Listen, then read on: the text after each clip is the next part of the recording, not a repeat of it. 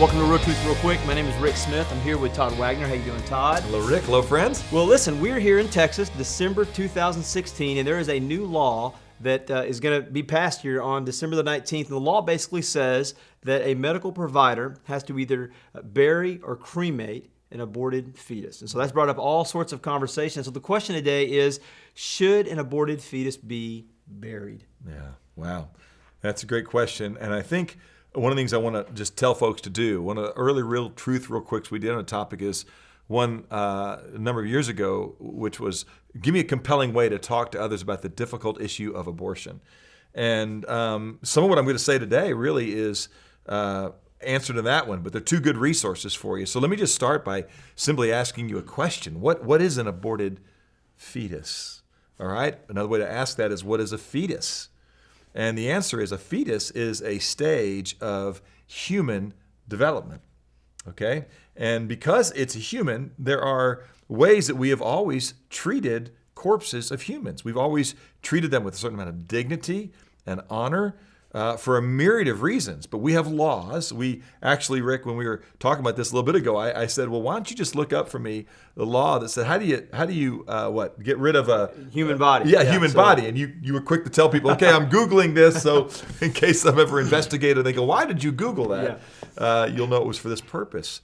You know, you want to just simply ask people, when somebody comes up and says something to you, like, hey, I want to kill this thing, okay?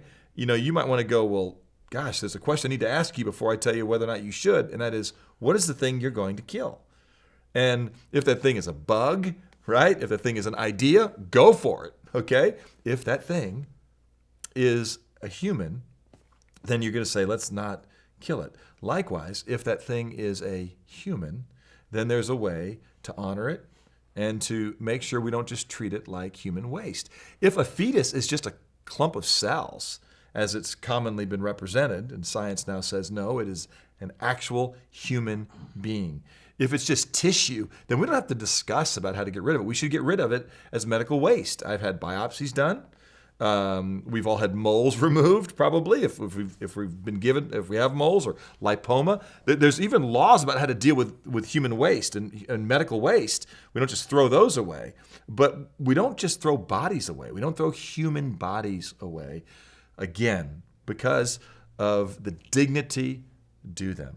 All right? Now, some people might say, well, a fetus doesn't look much like a human to me. I would say, well, it looks exactly like a human looks at that stage of development. Okay? A 4-year-old doesn't look like a 40-year-old, but they are both fully human. And in fact, you know, I don't think we've ever done a Real Truth Real Quick on common arguments against why it's okay to abort a human being in utero.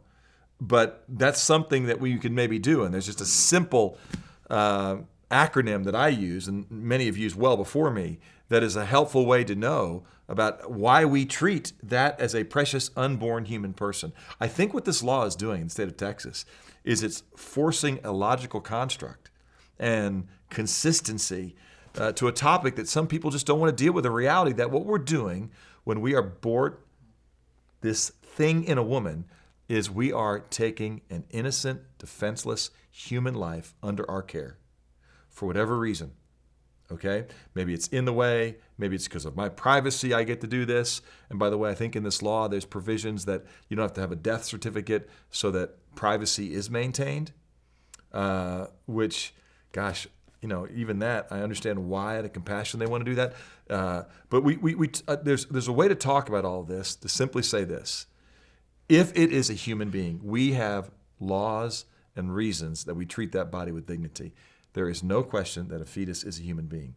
It has a different size. It's a different level of development. It's in a different environment, okay? And it has a certain amount of dependency. But all of those things are also true of 2-year-olds and 4-year-olds in relation to a 14-year-old or a 40-year-old. And we treat them like humans. Although some, like Dr. Peter Singer and others at Princeton, have argued that maybe we shouldn't treat people out of the womb like people. Maybe we should wait till they're 2.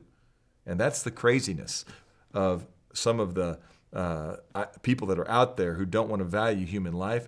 But I will tell you, the people that says they want to treat a 2-year-old the way they want to do a 2-month-old in the womb, at least are more logically consistent. And all this law is doing in Texas is saying we're going to acknowledge what science has clearly established, that is a precious, unborn human person that should be treated with dignity in the same way that the 8-year-old or the 80-year-old should be treated with dignity when it dies out of the womb.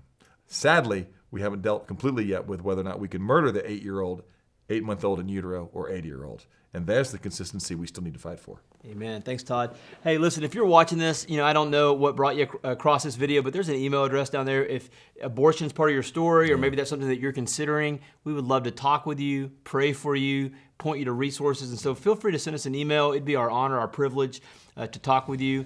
And we'll see you next week on another episode of Real Truth Real Quick.